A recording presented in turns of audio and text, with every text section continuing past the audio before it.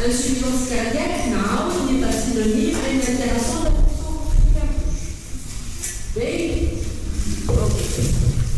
Donc, l'insuffisance cardiaque, gauche ou droite, l'OAP cardiogénique n'est qu'une forme d'insuffisance ventriculaire gauche. Pas toujours, la RN peut se compliquer l'OAP, des formes d'insuffisance ventriculaire gauche. La confiance. Hémodynamique, ce n'est pas égal à GG, ce n'est pas égal à l'insuffisance ventriculaire gauche. Mais il est secondaire à un problème hémodynamique, à l'élévation de la pression artérielle pulmonaire, l'OAP cardiogénique. Il est hémodynamique, il est lié à l'élévation de la pression artérielle pulmonaire. Et déjà son immunologie. Donc, nous insuffisance cardiaque, c'est l'incapacité du ventricule droit ou gauche à assurer avec des pressions de remplissage normales un débit sanguin suffisant pour couvrir les besoins métaboliques de l'organisme au repos à l'effort. L'insuffisance cardiaque, ça peut être une insuffisance cardiaque aiguë ou chronique, ça peut être une insuffisance cardiaque systolique ou diastolique, ça peut être gauche ou droit, ça peut être global. Les insuffisances cardiaques peuvent être à un débit élevé. Donc insuffisance cardiaque n'est pas égale à un débit bas. C'est l'insuffisance à assurer un apport, de satisfaire les besoins plutôt. Donc tard pour les signes fonctionnels.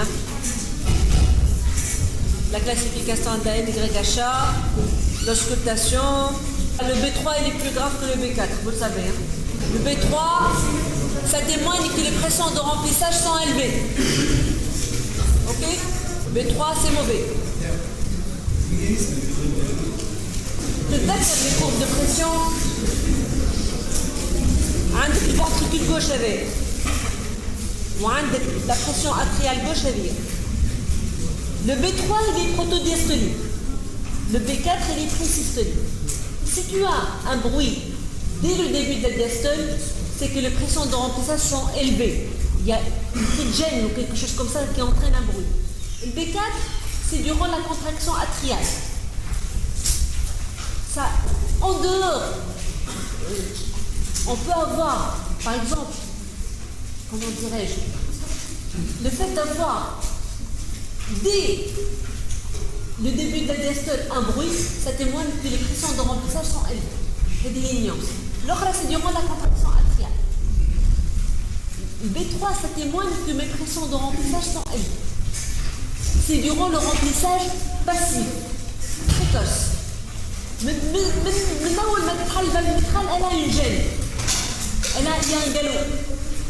D'accord? Par contre, durant la contraction atriale, c'est moins grave. La valeur pronostique, c'est le B3 qui a un mauvais pronostic.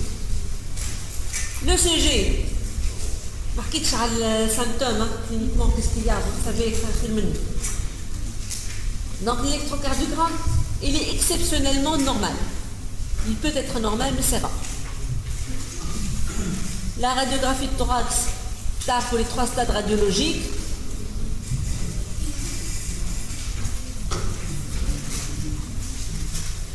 L'échocardiographie, bien sûr, c'est un examen essentiel. On va estimer tout ce que vous voulez. La fonction systolique et la fonction diastolique. Les autres examens seront demandés en fonction de l'étiologie. Le BNP. Parfois, vous êtes devant une dyspnée, un BPCO qui fait une dyspnée, vous ne savez pas si cette dyspnée est d'origine cardiaque ou respiratoire. Le dosage de BNP vous aide, peut vous aider. Inférieur à 100, supérieur à 500. Entre 100 et 500, c'est une zone grise. Il a également une valeur pronostique. L'insuffisance cardiaque droite. Toutes les pathologies du cœur gauche peuvent retentir sur le cœur droit.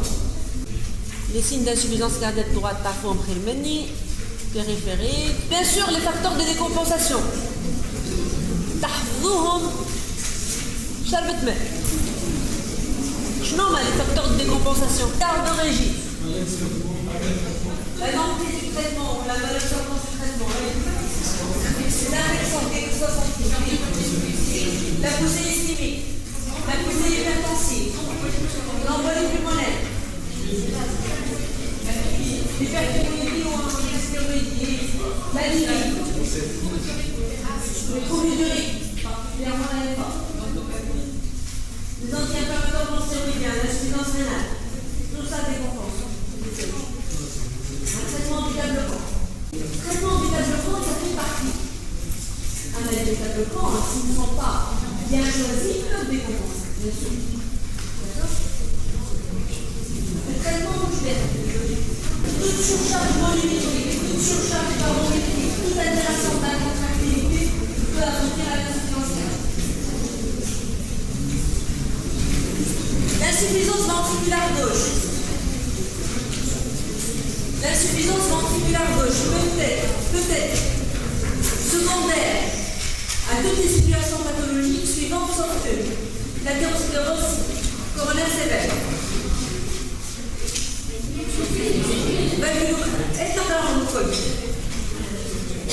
Cardiopathie, valvulopathie aortique, hypertension artérielle pulmonaire, insuffisance mitrale.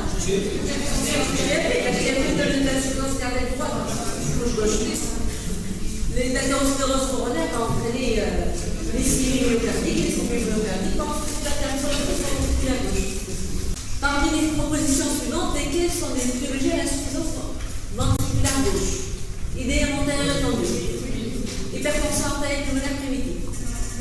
Cardiomyopathie dilatée. Communication interauriculaire. Rétrécissement aortique.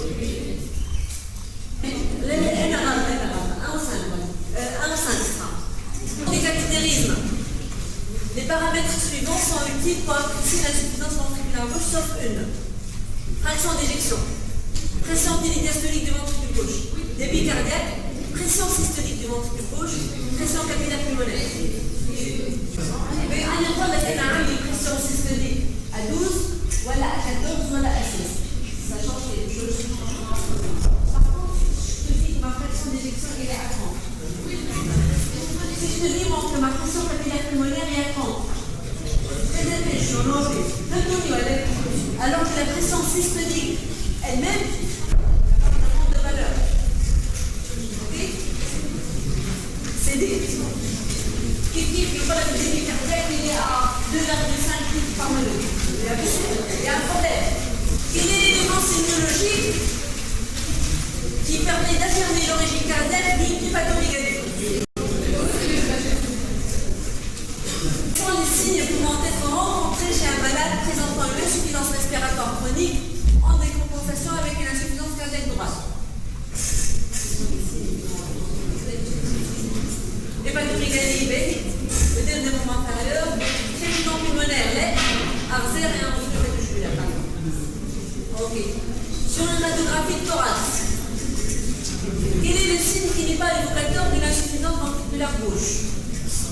Une redistribution de la vascularisation pulmonaire vers le sommet. Un arc inférieur gauche saillant. Un indice cardio-thoracique à 0,6. Des images fleuronneuses. Une diminution de la vascularisation pulmonaire. Les affections suivantes. Lesquelles se manifestent d'un tableau d'insuffisance cardiaque droite aiguë. L'embolie, la tamponade et l'infarctus du ventricule droit. Tout cœur pulmonaire aigu peut donner un asthme grave, un syndrome respiratoire. Ça peut donner l'insuffisance cardiaque droite.